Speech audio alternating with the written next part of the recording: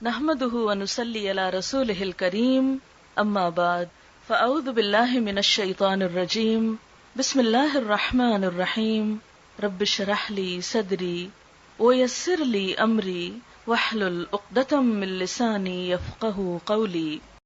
پھر اسی طرح اللہ سبحانہ وتعالیٰ کی صفات الحی القیوم کا ذکر ہے، یہ بھی بہت زبردست صفات ہیں، اور ان میں اللہ سبحانہ وتعالیٰ کا اسم اعظم ہے جس کو پڑھنے سے دعائیں قبول ہوتی ہیں۔ اسی لیے ہم دیکھتے ہیں کہ بدر کے موقع پر جب حالات بہت تنگ تھے تو نبی صلی اللہ علیہ وسلم نے کن اسماء کو پکار کر دعا کی تھی؟ یا حی یا قیوم برحمتک استغیث۔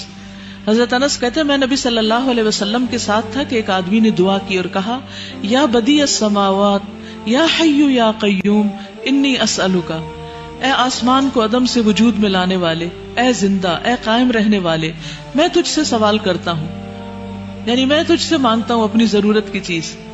تو آپ نے فرمایا کیا تمہیں معلوم ہے کہ اس نے کس چیز کے ساتھ دعا کی؟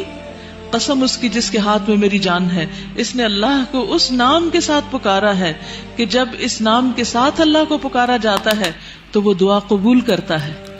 تو آپ چاہتے ہیں کہ آپ کی دعائیں قبول ہوں تو یہ تینوں نام اپنے ریمائنڈرز میں لکھ لیجئے۔ جب بھی آپ چاہیں کہ آپ کی دعا قبول ہو تو پہلے اللہ تعالیٰ کو ان ناموں سے پکارے اور پھر دعا مانگیں۔ قیامت کے دن جب لوگ جنت میں چلے جائیں گے تو جمعے کے دن اللہ تعالیٰ اعلیٰ علیین سے اپنی کرسی پر نزول فرمائیں گے، پھر اللہ تعالیٰ کرسی کو نور کے ممبروں سے گھیر دیں گے، یعنی کرسی کے ارد گرد کیا ہوں گے؟ نور کے ممبر۔ نبی آئیں گے یہاں تک کہ اس پر بیٹھ جائیں گے نور کے ممبروں پر، پھر اللہ تعالیٰ ممبروں کو کرسیوں سے گھیریں گے، صدیق اور شہداء آئیں گے یہاں تک کہ وہ ان پر بیٹھ جائیں گے، پھر اللہ تعالیٰ اپنی کرسی پر چڑھیں گے، اس کے ساتھ شہداء اور صدیق بھی چڑھیں گے۔ یعنی اللہ سبحانہ وتعالیٰ قیامت کے دن اپنے بندوں سے جس طرح ملاقات کریں گے اس کا ذکر یہاں کیا گیا ہے۔ صحیح الترغیب والترہیب کی حدیث ہے۔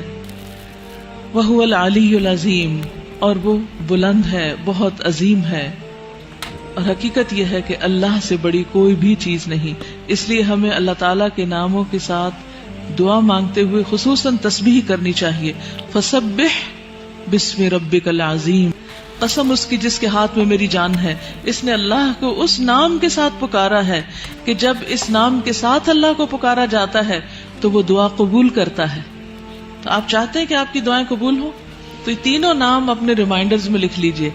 جب بھی آپ چاہیں کہ آپ کی دعا قبول ہو تو پہلے اللہ تعالیٰ کو ان ناموں سے پکارے اور پھر دعا مانگیں۔ یا حی یا قیوم برحمتک استغیث، یا حی یا قیوم برحمتک استغیث، یا حی یا قیوم برحمتک استغیث۔